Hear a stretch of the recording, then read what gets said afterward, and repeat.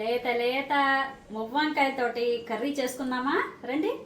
చూడండి, నేను ఇక్కడ ఒక హాఫ్ కేజీ మువ్వంకాయ తీసుకున్నాను. చక్కగా ఇలా ముర్చికలు వెనకాల కొంచెమే కట్ చేసి ఇలా ముర్చికి ఉంచుకొని ఇలా ఘాటు పెట్టుకున్నాను అనమాట. ఇంత అయితే సరిపోతుంది. ఒక మీడియం సైజు ఉల్లిపాయ సన్నగా ఇలా చెక్కు తరుక్కున్నాను, పూర్తిగాను రజనలాగా. చూసారు కదా, చక్కగా ఇలా సన్నగా తరుక్కోండి.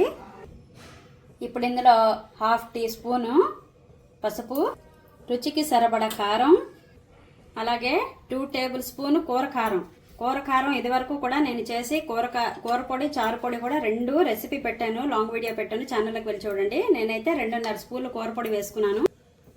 రుచికి సరిపడా ఉప్పు చూసి వేసుకోండి, ఎక్కువైతే బాగోదు. అలాగే కొంచెం కొత్తిమీర వేయండి. ఇప్పుడు ఒక 2 చెంచాలు నూనె వేసుకోండి, 2 చెంచాలు, ఎక్కువద్దు.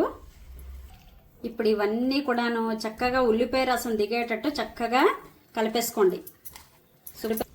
ఇది వరకు కూడా నేను కొత్తిమీర, టమాటా, అల్లం, పచ్చిమిరపకాయ వేసి అదొక కూర వేరే విధంగా చేశాను. కూర అన్నమాట.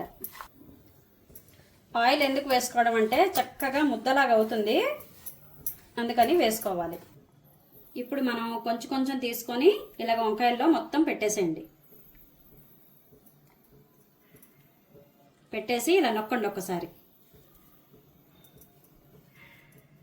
కలిపిన కారం అంతా ఉల్లిపాయలు అది వంకాయల్లో పెట్టేశానండి. ఇప్పుడు మనం ఆల్రెడీ నేను పొయ్యి మీద బాండీ పెట్టుకున్నాను. ఒక 2-3 చెంచాలు ఆయిల్ వేసుకోండి. ఇప్పుడు ఒక్కొక్కటి ఇందులో వేసేయండి మూకుట్లను.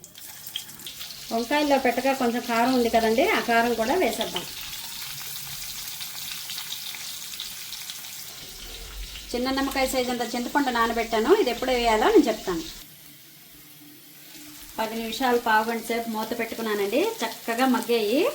ఇప్పుడు మనం చింతపండు పులుసు కొంచెం వేసుకోండి, ఎక్కువ వద్దు, పులుపు అయిపోయినా బాగోదు. చింతపండు పులుసు వేసాం కదా, నెమ్మదిగా కలుపుకొని ఒక్క 5 నిమిషాలు మూత పెట్టండి. కర్రీ అయితే తయారైపోయిందండి, చూసారు కదా. మీరు కూడా ఒకసారి ట్రై చేయండి, చేసి ఎలా ఉందో నాకు కామెంట్ చేయండి. అలాగే ఛానల్కి సబ్స్క్రైబ్ చేసుకోండి.